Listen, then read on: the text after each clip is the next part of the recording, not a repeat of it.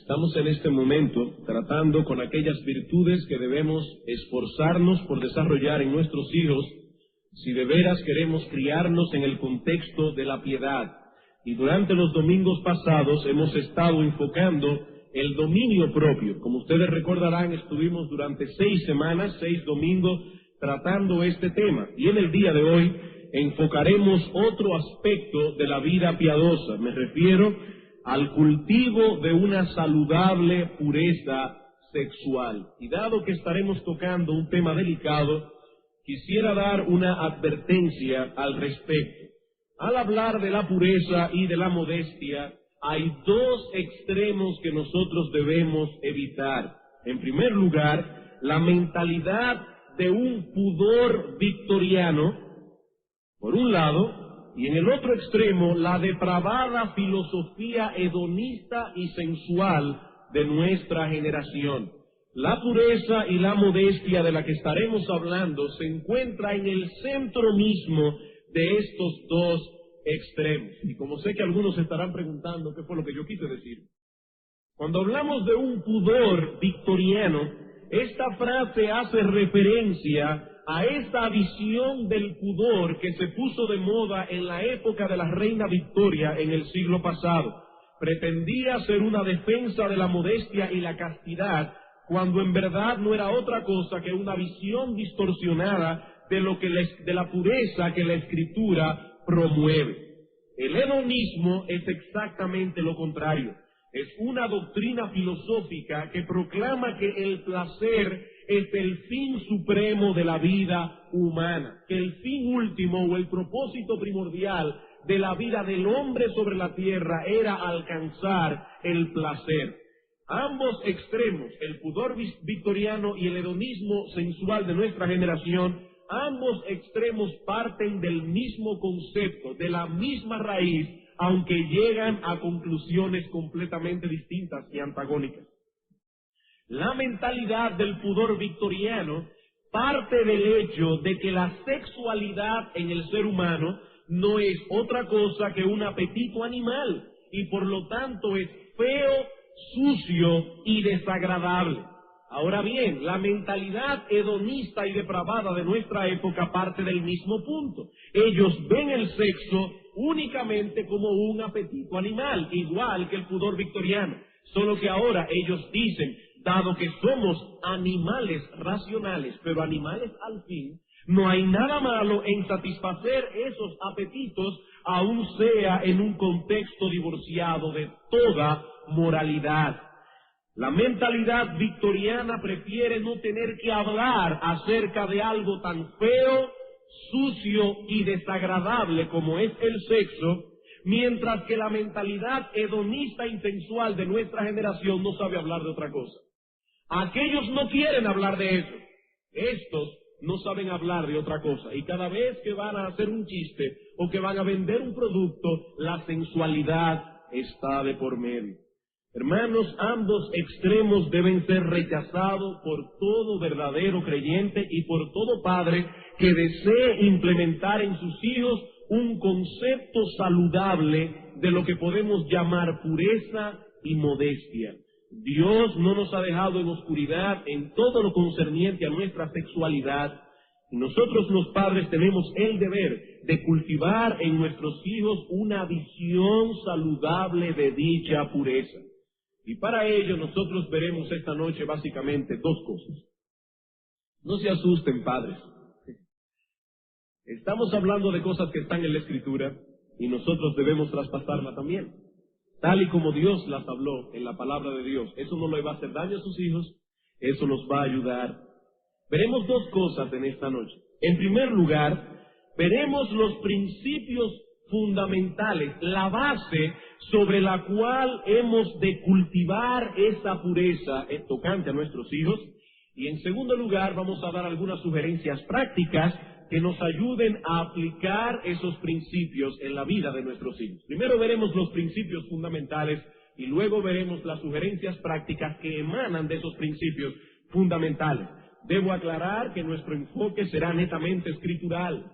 Dios ha hablado y nuestra función como pastores es la de enseñar a la iglesia todo el consejo de Dios. Ay, hermano, pero ¿no era mejor hacer una reunión de padres para esto? No, hermano.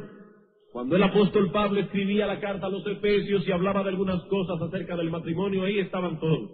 Y Dios esperaba que todos escucharan la palabra de Dios. Es nuestra función como pastores traspasar a la iglesia, en el contexto de la iglesia congregada, todo el consejo de Dios. ¿Cuáles son entonces estos principios fundamentales, en primer lugar, sobre los cuales hemos de construir el edificio para que nuestros hijos puedan tener una saludable pureza sexual? Son dos principios fundamentales. Primer principio: el matrimonio es el único contexto apropiado para el cumplimiento del amor sexual. El matrimonio es el único contexto apropiado para el cumplimiento del amor sexual. Génesis capítulo 2. Vamos a ver algunos textos de la Escritura. Génesis capítulo 2, versículos 23 al 24. Como ustedes recordarán, Dios crea a Adán, lo sitúa en el huerto del Edén, en el paraíso. Era un lugar delicioso, deleitoso, ahí estaba todo lo que un hombre puede desear, excepto una compañera. ¿Y qué dice Dios en su palabra? No es bueno que el hombre esté solo. Y es en ese contexto de soledad que Dios le crea a Adán una mujer que pueda suplir todas las necesidades emocionales, sociales, etcétera, de ese hombre. Dice aquí, versículo 23, dijo entonces Adán: esto es ahora hueso de mis huesos y carne de mi carne. Esta será llamada varona porque del varón fue tomada. Por tanto dejará el hombre a su padre y a su madre y se unirá a su mujer y serán una sola carne. Y estaban ambos desnudos, Adán y su mujer, y no se avergonzaban. En estos días estaba escuchando una serie de sermones del pastor Martin acerca de las emociones, no acerca de este tema, sino acerca de las emociones en el ser humano. Y él decía que este texto debe ser leído con un énfasis correcto. Y creo que él tiene razón cuando afirma que cuando Adán vio a Eva, él no dijo: oh, qué interesante, esto es ahora hueso de... No, hermano, no. Así no fue que Adán vio a Eva. Cuando este hombre se encontró con esta mujer, dijo: wow, esto es ahora. Fue en ese tono que lo hizo. Él estaba emocionado, entusiasmado con la compañera que Dios le había dado. Y dice el texto: por tanto dejará el hombre a su padre y a su madre, se unirá a su mujer, y los dos serán una sola carne. Y estaban ambos desnudos, Adán y su mujer, y no se avergonzaban. Dice que ellos dos son una sola carne. Y a la luz de 1 Corintios capítulo 6, vemos que esto incluye la relación íntima de un hombre con una mujer. No es todo lo que implica el ser una sola carne, pero indudablemente el concepto de la intimidad matrimonial está incluida en la frase. En 1 Corintios capítulo 6 dice el apóstol Pablo que el que se une con una ramera es un cuerpo con ella. ¿Y qué nos dice el texto aquí? Que un hombre debe ser una sola carne ¿con quién? Con su mujer. Aquí no dice, por tanto, dejará el hombre a su padre y a su madre y se unirá a una mujer o a unas mujeres. Ahí dice, se unirá a su mujer. ¿Y qué es lo que constituye que una mujer sea mi mujer o sea tu mujer? ¿Qué es lo que constituye esto? La institución matrimonial. La Escritura nos enseña que el matrimonio es un pacto de compañía. ¿Recuerdan, hermanos, la definición que dimos hace 2 domingos atrás en la serie del Día del Señor acerca de lo que es un pacto? En aquella ocasión decíamos que un pacto es una promesa a la que se le ha interpuesto un juramento. No toda promesa constituye un pacto. Se trata de una promesa que ha sido ratificada, que ha sido fortalecida a través de un voto o un juramento legal. En el matrimonio, un hombre y una mujer hacen una promesa ratificada por un voto o un juramento legal de suplirse el uno al otro las necesidades de compañía que tenemos como seres humanos. Eso es el matrimonio. Es un pacto de compañía. En ese pacto el hombre se está comprometiendo a suplir todas las necesidades de su mujer En ese pacto la mujer se está comprometiendo a suplir todas las necesidades de compañía de ese hombre, en el plano social, en el plano emocional, intelectual, espiritual, sexual, etcétera. Eso es el matrimonio. Vamos a Proverbios capítulo 2. Está aquí instruyendo a su hijo para advertirle contra las mujeres malas. Y dice aquí en el versículo 16 y 17, serás librado de la mujer extraña, de la ajena que halaga con sus palabras. Noten, la cual abandona al compañero de su juventud y se olvida del pacto de su Dios. Las dos ideas están aquí comprendidas en este texto. Es un pacto de compañía. Malaquías capítulo 2, el último libro del Antiguo Testamento, antes del Evangelio de Mateo. Malaquías capítulo 2, versículos 13 al 14.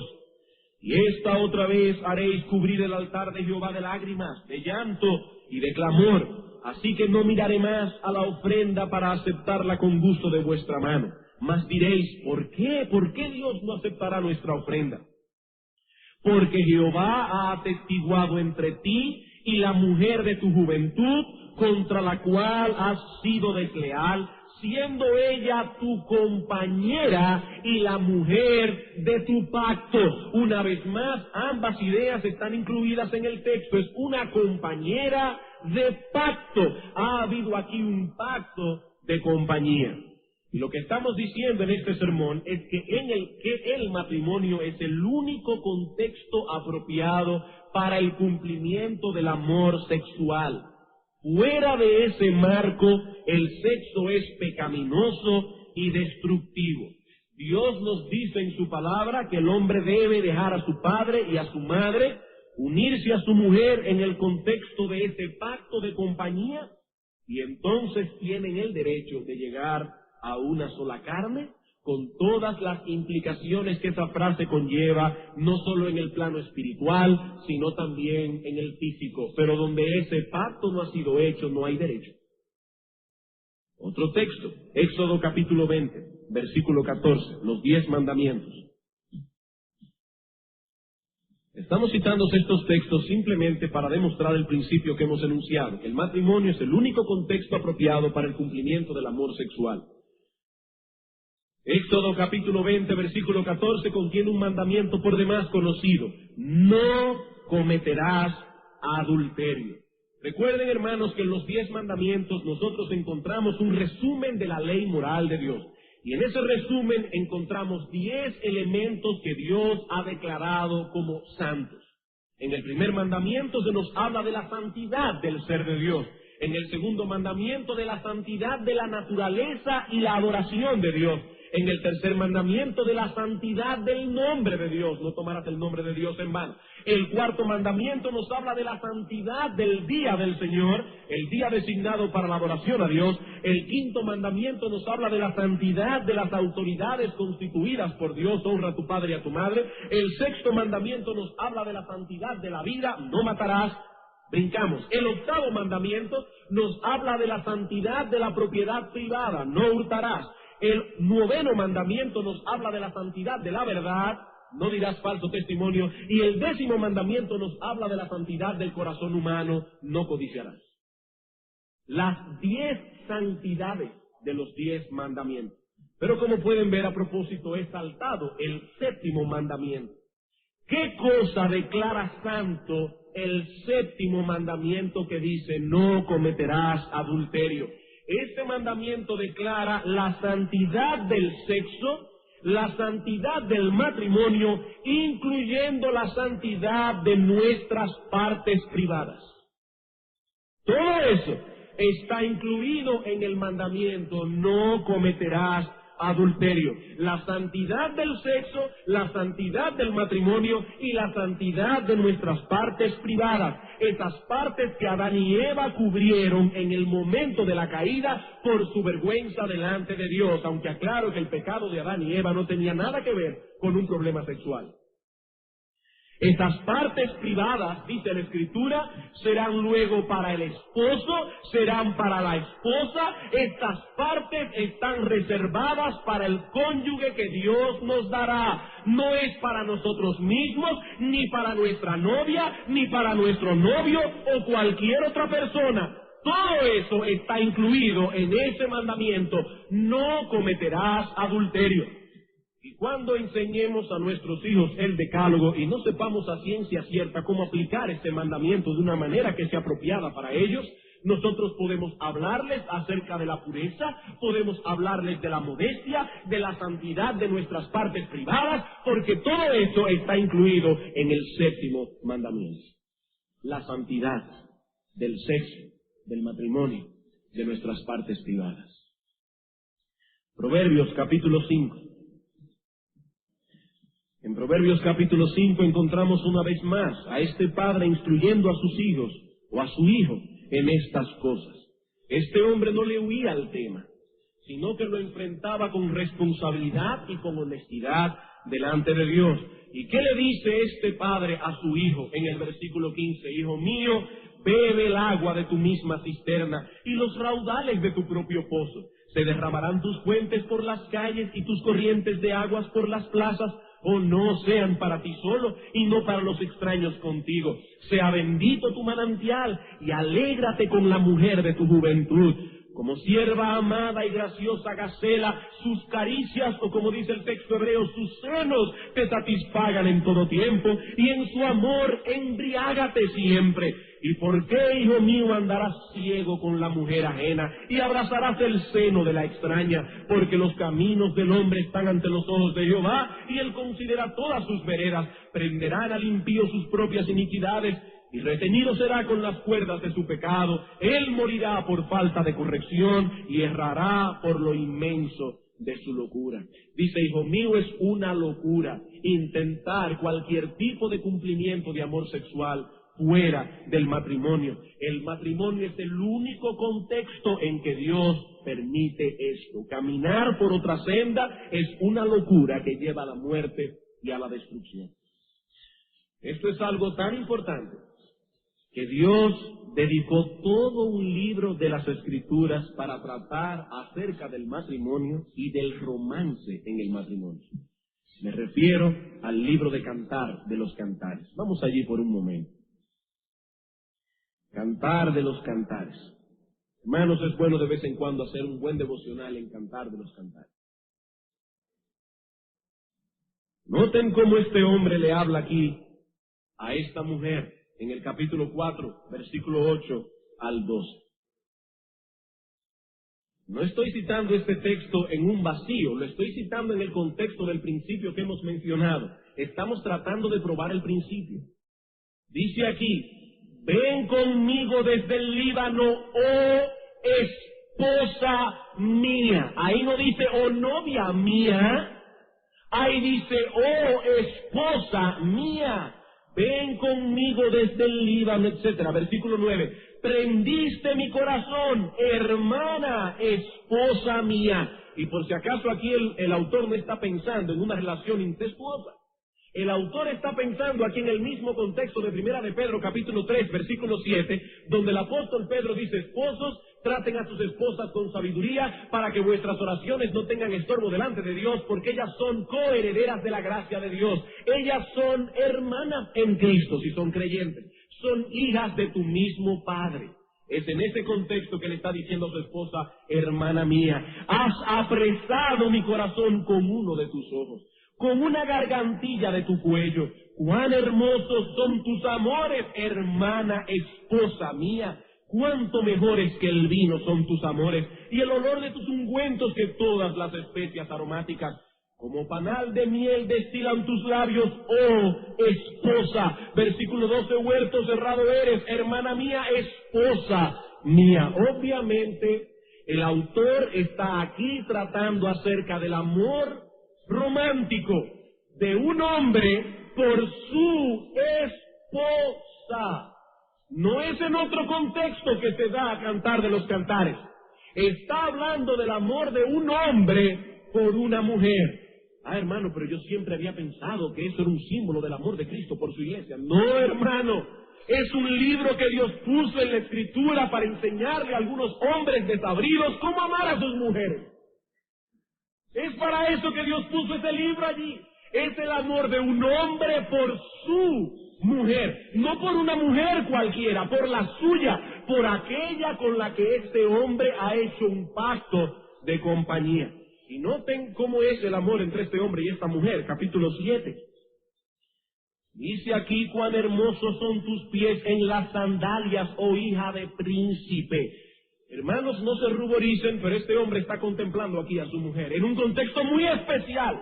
¿Y qué dice este hombre a su mujer? Los contornos de tus muslos son como joyas, obra de mano de excelente maestro, tu ombligo como una taza redonda que no le falta bebida, tu vientre como montón de trigo cercado de lirio, tus dos pechos como gemelos de gacela, tu cuello como torre de marfil, tus ojos como los estanques de Hesbón, tu nariz como la torre del Líbano. Yo no sé si a su esposa le gustaría que usted le dijera una cosa así, pero por lo menos en el contexto oriental eso era un piropo.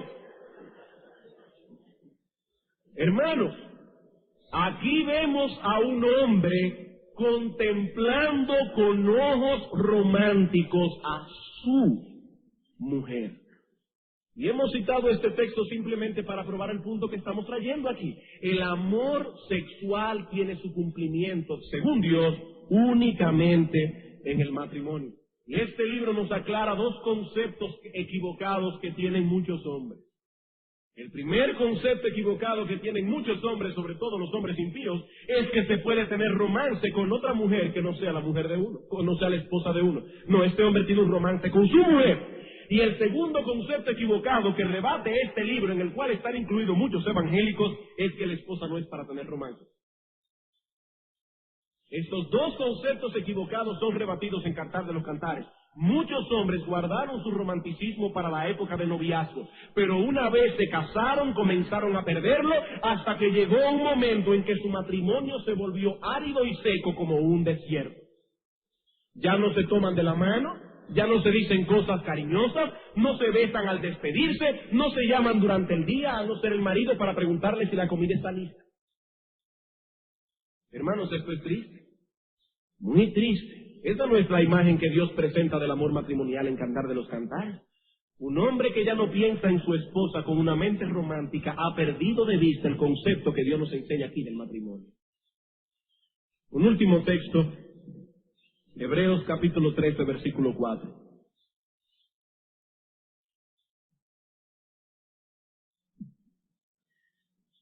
Hebreos capítulo 13, versículo 4. Hermanos, nuestras esposas no son simplemente la mamá de nuestros hijos.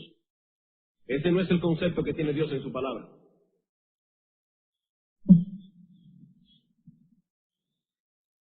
Dice aquí un texto que vamos a ampliar más en el segundo punto. Dice: honroso sea en todos el matrimonio y el lecho sin mancilla, pero a los fornicarios y a los adúlteros los juzgará Dios.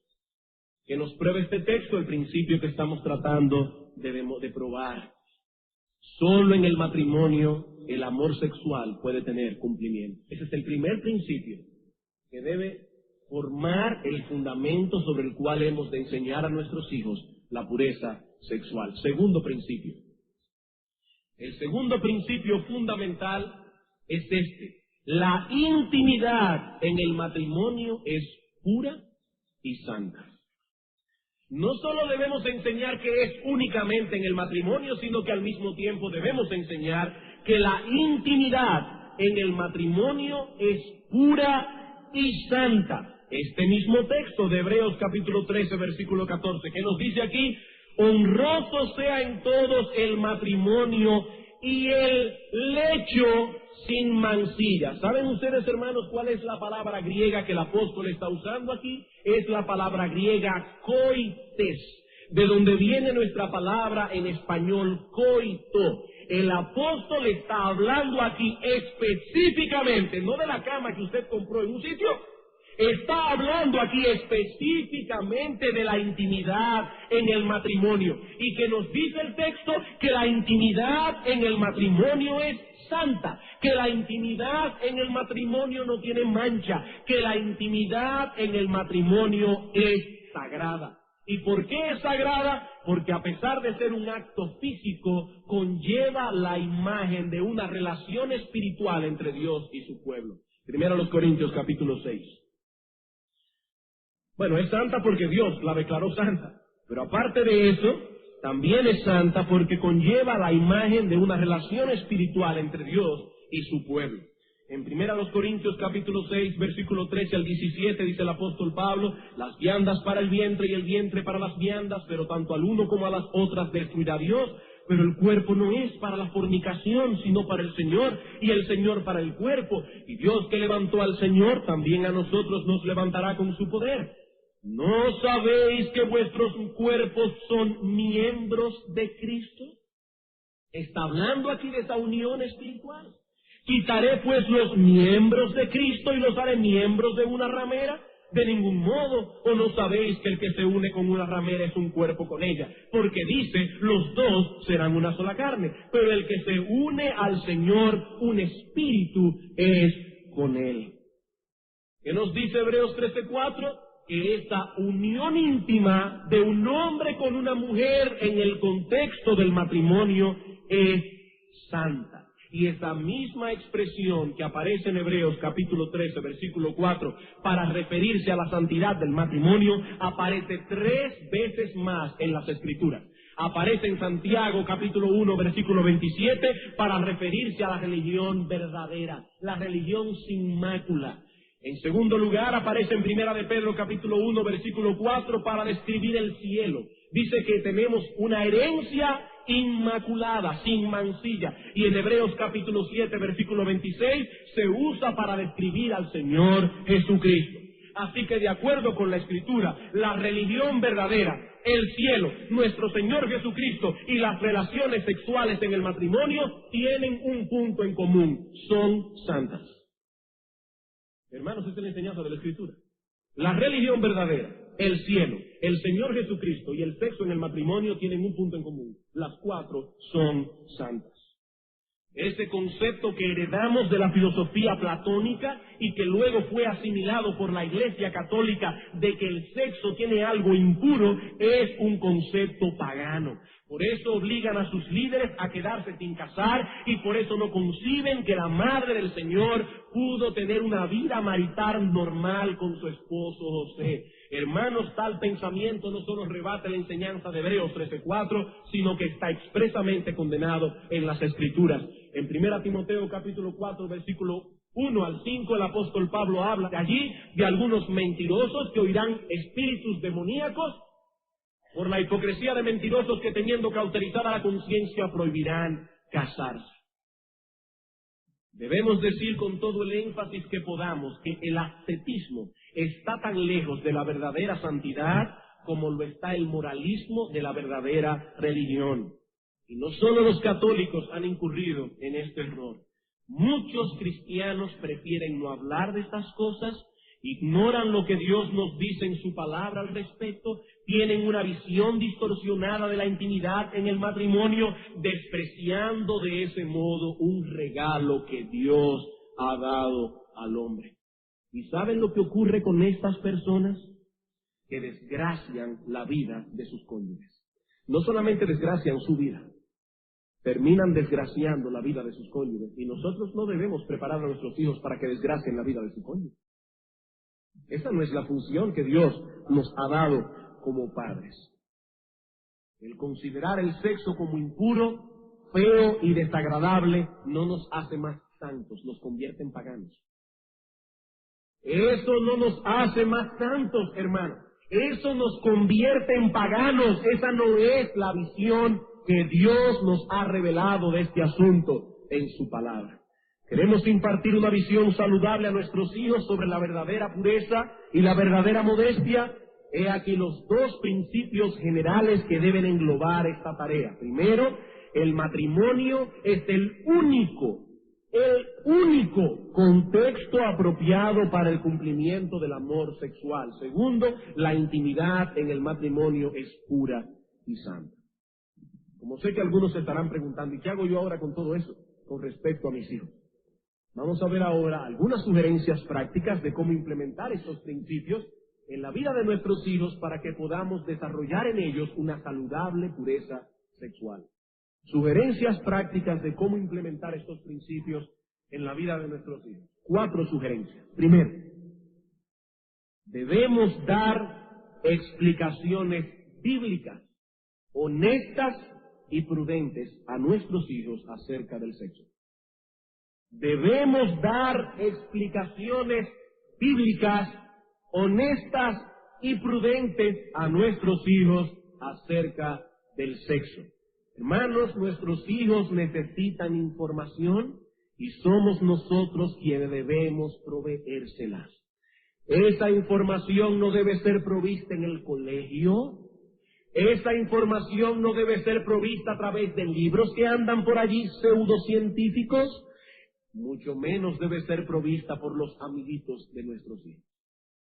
Ellos necesitan información y esa información debe ser bíblica, honesta y prudente. Esa es la única forma de librarnos de las concesiones mundanas por un lado y de la ignorancia por el otro. Si no les damos la información que ellos necesitan en ese momento, probablemente la buscarán en otro lado. Y le aseguro que en el 95% de los casos, por ser conservador, la buscarán en el lugar inadecuado.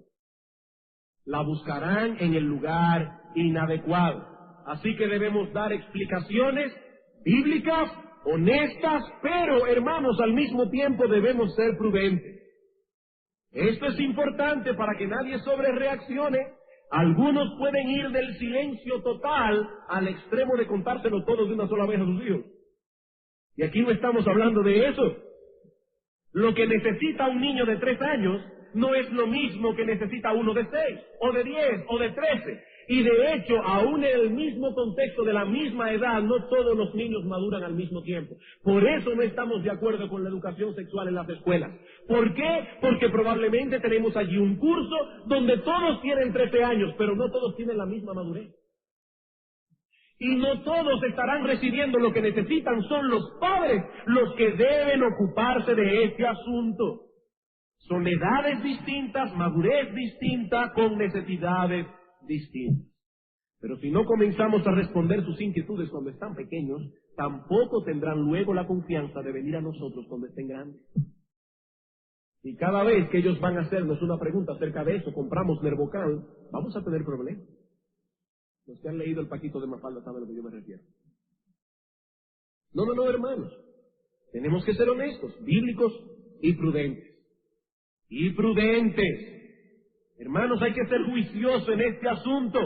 Escuche atentamente la pregunta que su hijo le está haciendo para que no le responda lo que él le está preguntando. Escuche atentamente la pregunta que su hijo está haciendo y luego trate de suplir su inquietud. No la que usted cree que él tiene en su mente, sino la inquietud que su hijo tiene en su mente con información bíblica, honesta y algo muy importante, usando los nombres correctos.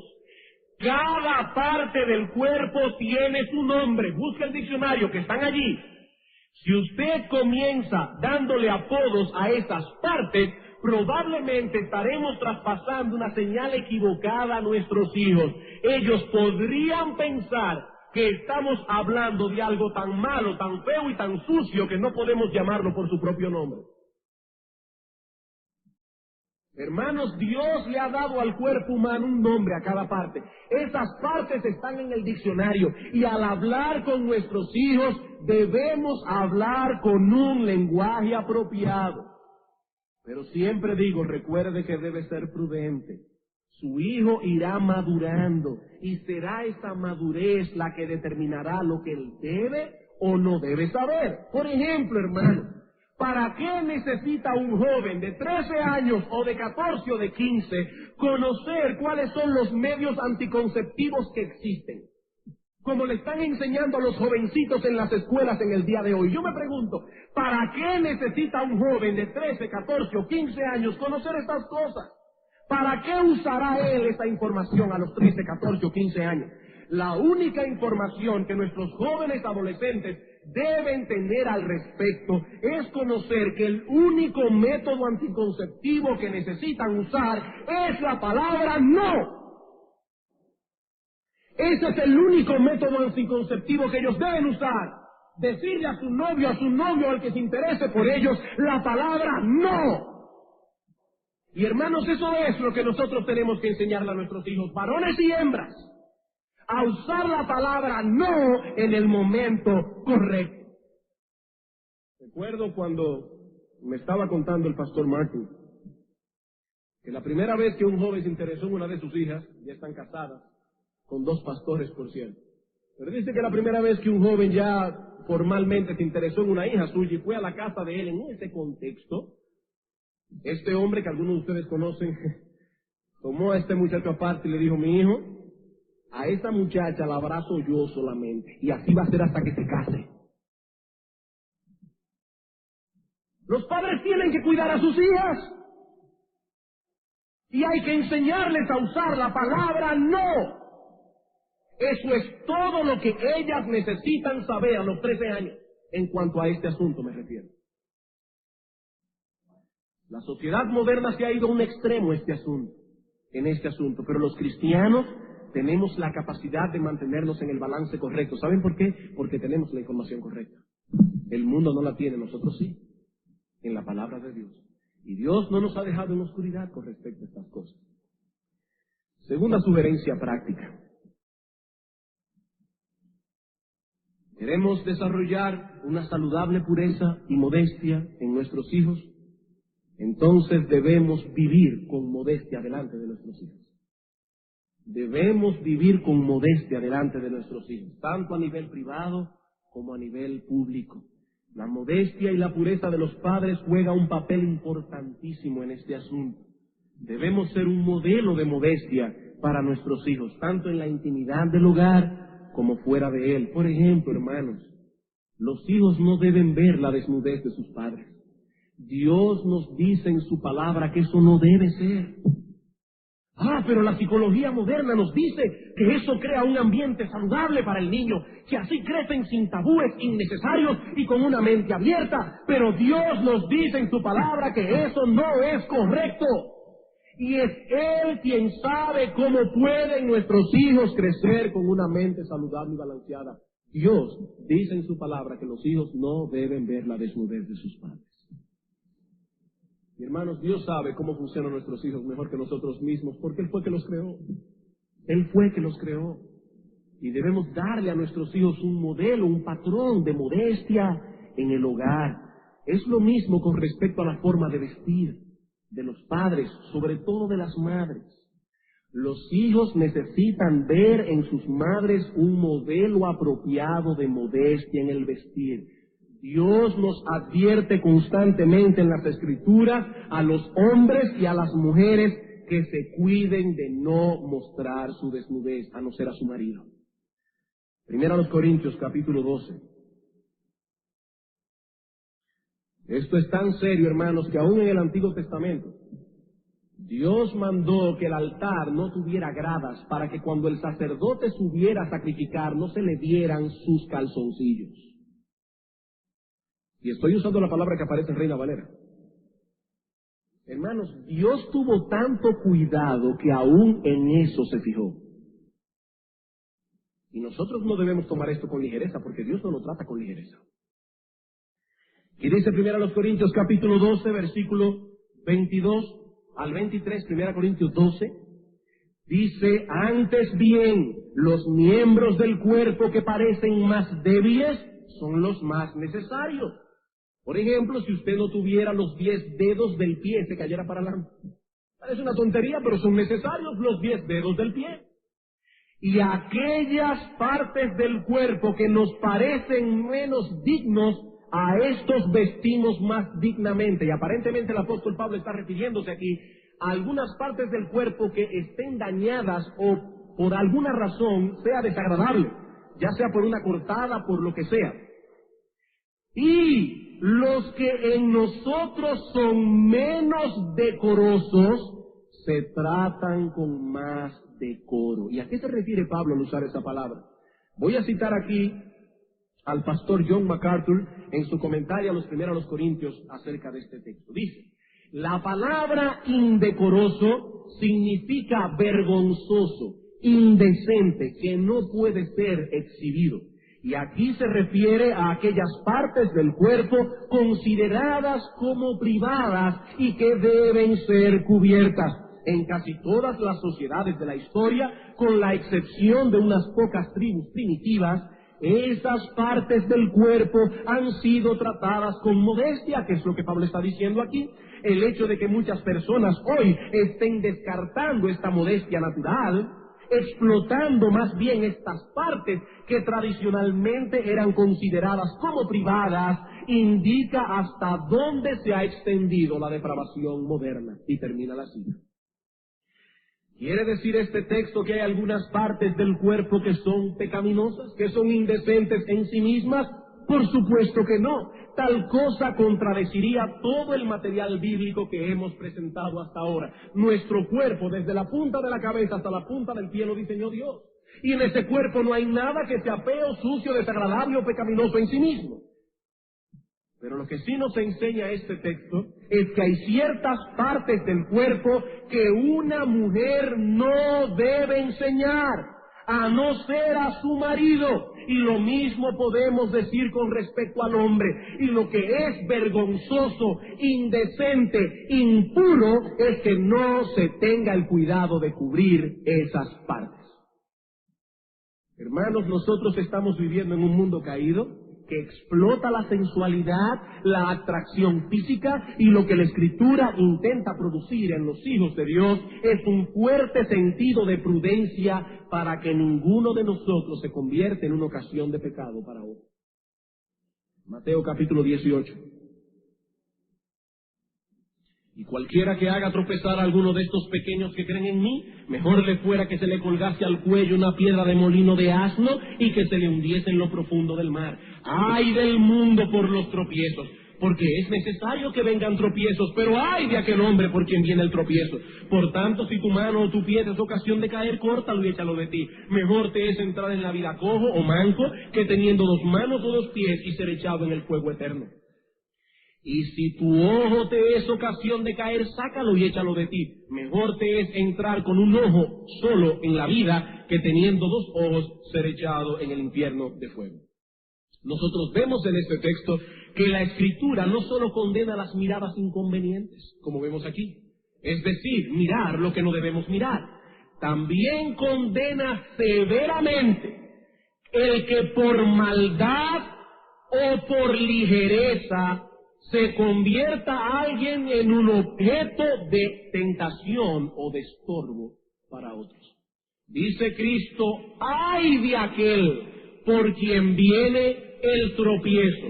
Mejor le fuera que se colgara una piedra de molino de asno y se echase en el fondo del mar.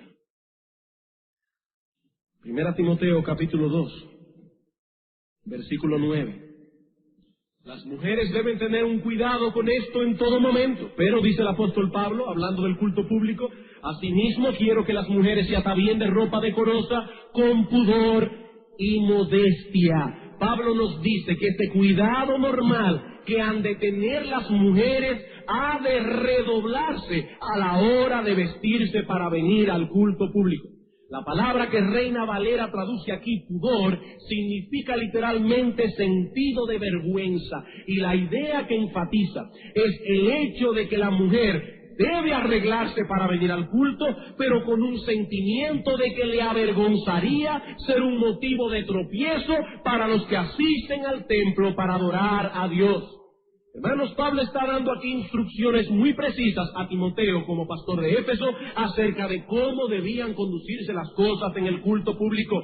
En 1 Timoteo 3:14 al 15 dice: esto te escribo, aunque tengo la esperanza de ir pronto a verte, para que si tardo sepas cómo debes conducirte en la casa de Dios, que es la iglesia del Dios viviente, columna y baluarte de la verdad. Pablo está diciendo, Timoteo, es la casa de Dios. La iglesia no es tu casa. La iglesia no es la casa de los hermanos que vienen a adorar. La iglesia es la casa de Dios. Y como es la casa de Dios, Dios tiene derecho a implantar sus normas aún en las vestimentas de las hermanas. La primera instrucción que Pablo da aquí con respecto al culto público tiene que ver con la oración corporativa, y la segunda tiene que ver con la conducta de las mujeres en la iglesia. ¿Qué nos enseña esto? Que Dios le da importancia a este asunto, y cuando una iglesia le confiere también importancia, no es porque se está volviendo legalista necesariamente. Hermanos, debemos tener un celo santo por las cosas que ocurren en el templo de Dios. Las mujeres cristianas deben tener cuidado al vestirse en todo momento, pero deben redoblar ese cuidado a la hora de vestirse para venir al culto público. No venimos aquí a exhibirnos, no venimos a llamar la atención sobre nosotros mismos, no venimos a enseñar las formas de nuestro cuerpo, y mucho menos a constituirnos en una piedra de tropiezo o en una fuente de distracción para las personas que se han congregado en este lugar alrededor de la persona de Cristo. No tenemos derecho a hacer eso. ¿Y saben, hermano, lo que Pablo esperaba que Timoteo hiciera con esta información? Y digo esto porque algunos pueden estar pensando, ¿y qué es lo que el pastor está pensando hoy? ¿O está diciendo hoy? Hermanos, ¿qué ustedes creen que Pablo quiso que Timoteo hiciera con esa información? Pablo no le escribió una carta a las hermanas de la iglesia para que sepan cómo deben vestirse. Pablo se lo escribió a Timoteo porque Pablo esperaba que Timoteo, como pastor de la iglesia, transmitiera con la autoridad que Dios le había conferido estas instrucciones que Dios le había dado por medio de su apóstol. Timoteo debía predicar acerca de esto, como también debía amonestar de manera privada a las personas que continuasen en un patrón de conducta impropio. Hermanos, quiero hablar aquí con un corazón pastoral. Aquí debemos decir con pena que a pesar de que no es la primera vez que este tema se toca desde este púlpito, aún nos asombramos cuando vemos hermanas que vienen a la iglesia vestidas de una forma inapropiada, con vestidos ceñidos al cuerpo o con faldas tan cortas que al sentarse enseñan los muslos.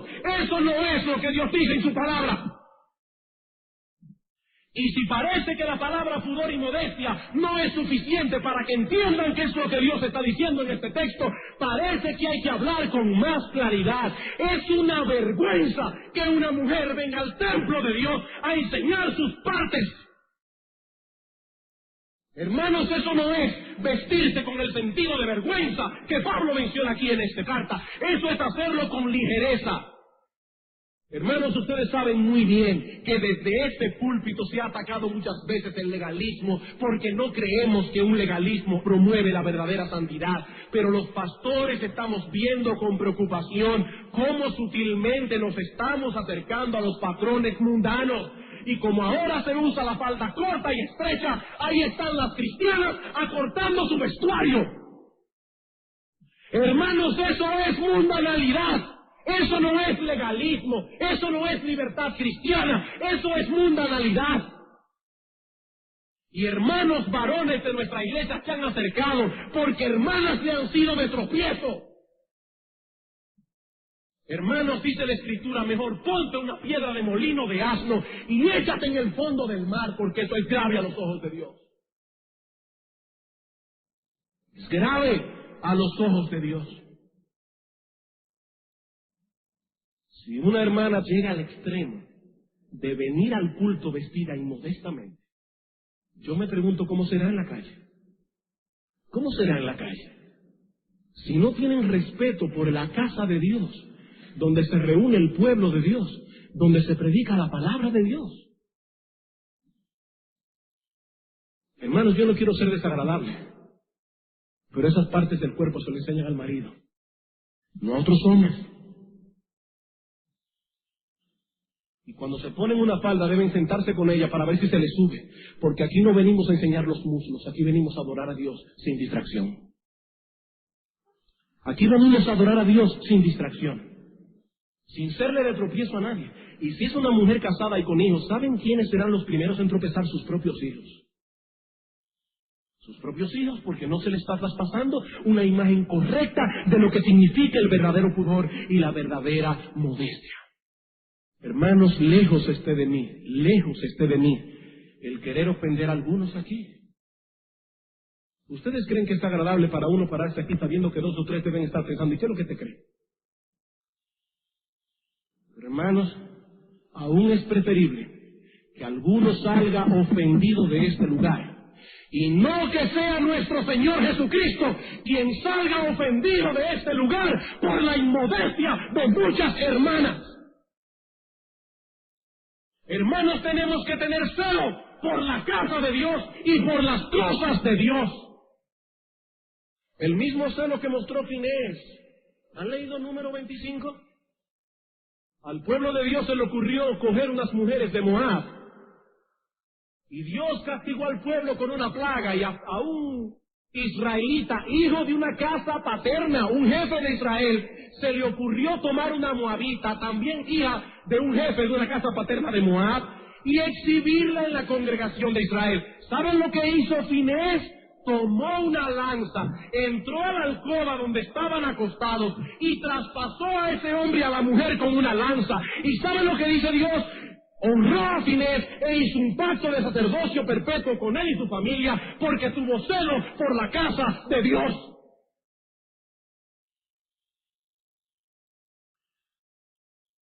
Estaba oyendo la historia del pastor Achille Blaze, un hombre que algunos aquí han oído predicar, es un gran hombre de Dios, en Inglaterra. Y en una ocasión a una mujer se le ocurrió entrar en su iglesia con una falda corta, un traje escotado, por atrás y por delante. ¿Saben lo que hizo ese pastor? Lo que quizá muchos hombres no se atreverían a hacer hoy por falta de celo y temor a los hombres. Fue con un chal y le dijo: Madame, es un negro, bueno, algunos lo han visto en foto, es un hombre imponente, es un hombre de Dios. ¿Y sabe lo que hizo ese hombre? Fue y le dijo: Madame, cúbrase su desnudez, esta es la casa de Dios, y aquí no puedo permitir que venga una mujer vestida como una ramera. Hermanos, es modestia, es pureza, es la casa de Dios y es fuera de la casa de Dios. Hermana, ¿sabe lo que tú eres? Tú eres una representante de Cristo, y a la hora de comprar un vestuario, a la hora de ponerte un vestido, debes consultar estos principios, no la revista Vogue. No es lo que dice Pierre Cardin, no es lo que dice Yves Saint Laurent, es lo que dice Dios en su palabra. Dios no nos ha dejado en oscuridad con respecto a esto. Dios nos dice en su palabra a las mujeres que se vistan con un sentido de vergüenza. Sentido de vergüenza. Y no solo a la hora de venir al culto, hermana. Es en todo lugar. Hermanos, cuidado. Probablemente muchas aquí no llegan al extremo que llega el mundo, con la minifalda. Pero yo me pregunto, ¿están en el patrón bíblico? O si no estamos en el extremo del mundo, gracias al Señor. Me avergonzaría si viera una hermana de la iglesia vestida de esa manera. Pero hermanos, estamos en el modelo que dice Dios en su palabra, de mujeres que no enseñan la forma de su cuerpo, que no se ponen pantalones apretados porque no quieren llamar la atención. ¿O tenemos temor de parecer ridículos? ¿Tenemos temor de parecer ridículos? ¿O tenemos temor de ofender a nuestro Dios? Hermanos, lo que está de moda no tiene que ser necesariamente pecaminoso. Pero un creyente hará uso de esas cosas que están de moda, tomando en cuenta 1 Tesalónicas 5:22. Absteneos de toda especie de mal. Absteneos de toda especie de mal. Hermanos, se me ha ido el tiempo y me quedan 2 principios. Vamos a verlos brevemente. ¿Queremos criar a nuestros hijos con una saludable pureza sexual? En primer lugar, debemos dar explicaciones bíblicas a nuestros hijos, honestas, prudentes. Debemos vivir con modestia delante de ellos. Tercero, debemos advertirles con advertencias específicas a medida que vayan creciendo. Debemos advertirles con advertencias específicas a medida que vayan creciendo. En Proverbios capítulo 5 vemos allí, no lo busquen, a un padre hablándole a su hijo y diciéndole: hijo mío, ten cuidado con la mujer ramera. Hijo mío, ten cuidado con la mujer astuta de corazón, con la mujer alborotadora. Nosotros debemos enseñarle a nuestros hijos en qué tipo de mujer se van a fijar a la hora de fijarse en una mujer. Que sea una mujer como Tamar. ¿Cómo se vestía Tamar? Dice 2 Samuel capítulo 13, se vestía como una de las vírgenes en Israel. No como las vírgenes en el mundo, como una de las vírgenes en Israel. Y debemos decirle: hijo mío, cuando tú ves a una joven vestirse como una de las hijas vírgenes del mundo, no te fijes en esa mujer, aunque es hermosa, esa mujer no sirve. Porque dice la Escritura en Proverbios que como zarcillo de oro en el hocico de un puerco es una mujer hermosa apartada de razón. Y eso es una insensatez. Eso es una insensatez, vestirse así. Y hay que tomar a nuestros hijos varones y decirle: hijo mío, yo quiero que te fijes en una mujer piadosa. Y las mujeres piadosas son así, así, así, así. Ellos necesitan advertencias específicas acerca de las cosas que se encontrarán en su vida. A las jóvenes hay que advertirles de la seducción.